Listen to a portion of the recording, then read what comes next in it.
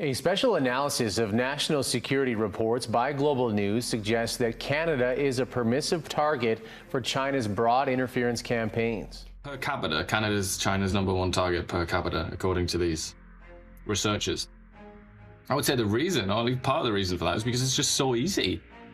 It is bad enough that foreign entities are sowing disinformation and interfering in our democracy. What is worse is that Canadians, including parliamentarians, are aiding and abetting these harmful acts.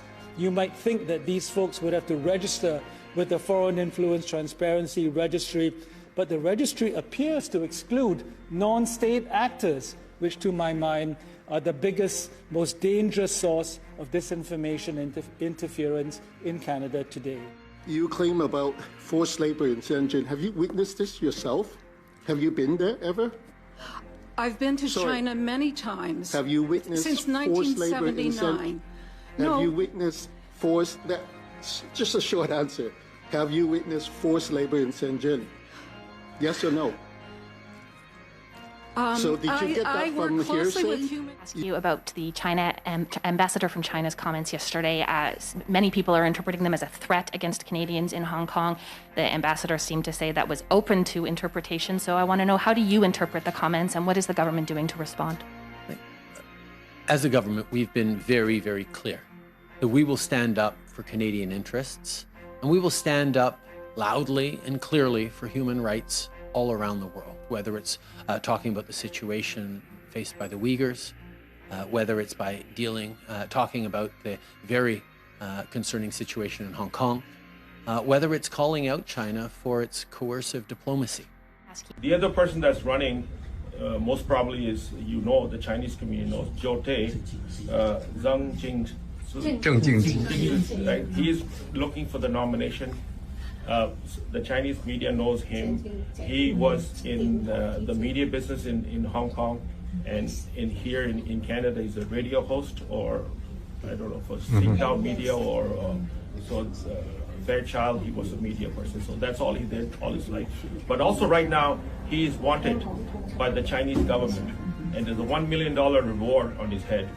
So they want, if you guys want to pick him up and take him to the Chinese consulate, you make him $1 million.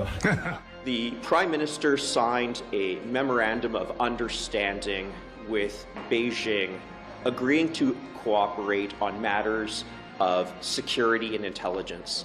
This is less than 1 year after he said during the election that China was our greatest security threat. Mr. Carney? Well, we're in a security section. I think we didn't have a chance to talk about anything internationally. I think the biggest security threat to Canada is China. Threats.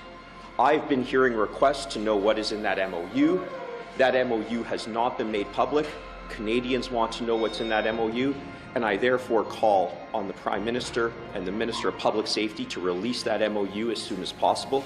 I have written to the Minister of Public Safety to request that memorandum of understanding and that it be made public.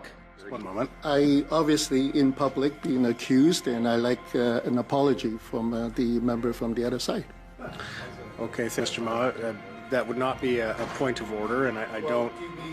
Evidence that any violation that requires an apology for me on my behalf. Ma's office sent a statement to defend his actions, saying Michael used a quick burst of yes or no questions to move away from the anti-China EV witness, and then to give the floor to the pro-China EV witness. That was the strategy on paper. The CBC's Olivia Stefanovich caught up with Michael Ma literally on Parliament Hill just a short time ago. To challenge a witness on forced labor in China. Do you believe there's forced labor in China? You do? Is that a yes, Mr. Ma? Sorry, I'm late for a meeting. Yes, but can you please explain your comments at the Industry Committee? I have no comment at this time. I want to come back to Michael, because Michael joined our caucus in a room. It was a little holy party. Wasn't that smaller than this? But he joined our caucus in December.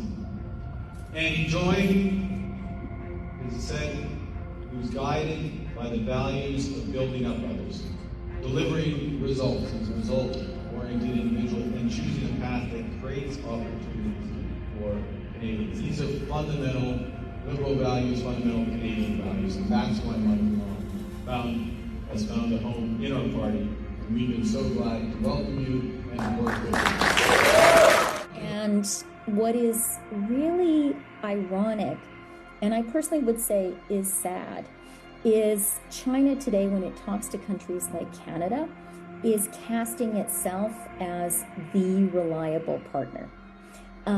As a country that particularly middle powers like Canada can trust, can lean on, that if you do a deal with China, it's a deal that has meaning. And China is also casting itself as the defender of this international order based on rules that the U.S. created. Now, my own view is we need to be a little bit skeptical. Some parliamentarians are upset that the federal government failed to warn them they were targets of hacking by China. The 18 MPs and senators are members of an international group called the Parliamentary Alliance on China, and the FBI allegedly warned that organization of the cyber attacks back in 2022, but members of the group were only informed by the alliance last week. Mr. Speaker, the Prime Minister has been caught misleading Canadians. After his trip to Beijing, he claimed human rights violations and foreign interference were discussed in meetings with CCP leaders. However, government documents I requested revealed that neither of these topics were discussed in any of the bilateral meetings. But today, the Prime Minister is trying to change his story yet again. Canadians want to know, why can't this Prime Minister stick to his story? The tree return in question was submitted in error and will be corrected at the earliest opportunity.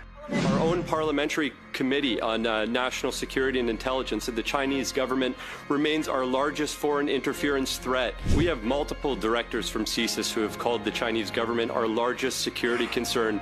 Former director of CSIS and National Security Advisor Richard Fadden called them a fundamental threat.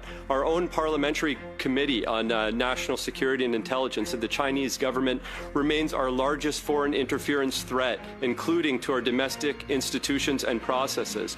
Canadian Public Safety briefing note said the CCP is pursuing geopolitical advantage on all fronts and using all elements of state powers in a way that are a direct threat to Canadian sovereignty and security.